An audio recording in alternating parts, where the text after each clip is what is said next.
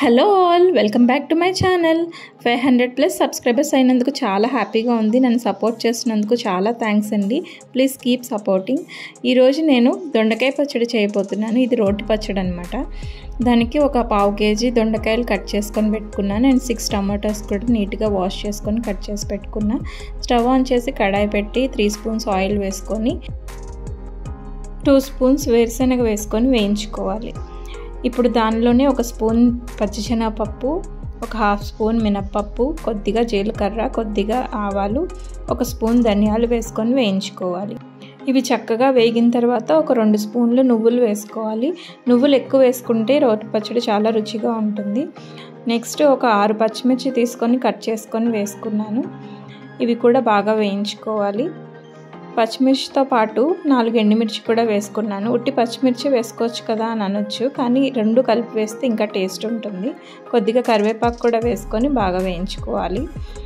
మంచిగా వేగిన తర్వాత ఒక బౌల్లోకి తీసుకోవాలి.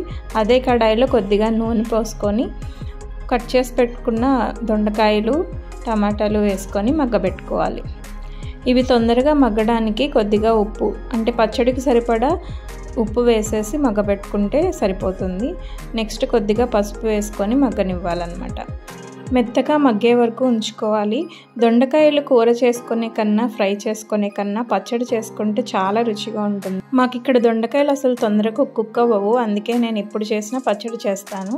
నెక్స్ట్ ఇందాక మనం వేయించుకున్న తాలింపులో ఒక నిమ్మకాయ సైజ్ అంత చింతపండు, ఒక వెల్లుల్లిపాయ వలిచేసి మగ్గబెట్టుకున్న దొండకాయ టమాటోతో కలిపి తాలింపులు కూడా వేసేసి అన్నీ వేసి కలిపి మిక్సీ చేసుకోవాలి.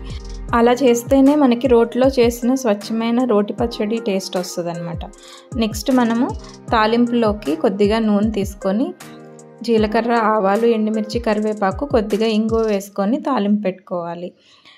ఇది నాకు మా అమ్మ చెప్పిన రెసిపీ. మీరు కూడా ట్రై చేయండి. ఎలా ఉందో నాకు కమెంట్ సెక్షన్లో షేర్ చేయండి. ఈ వీడియో కనుక మీకు నచ్చినట్లయితే లైక్ చేయండి, షేర్ చేయండి, సబ్స్క్రైబ్ చేసుకోండి. పక్కనున్న బెల్ ఐకాన్ని క్లిక్ చేయండి. Thank you for watching.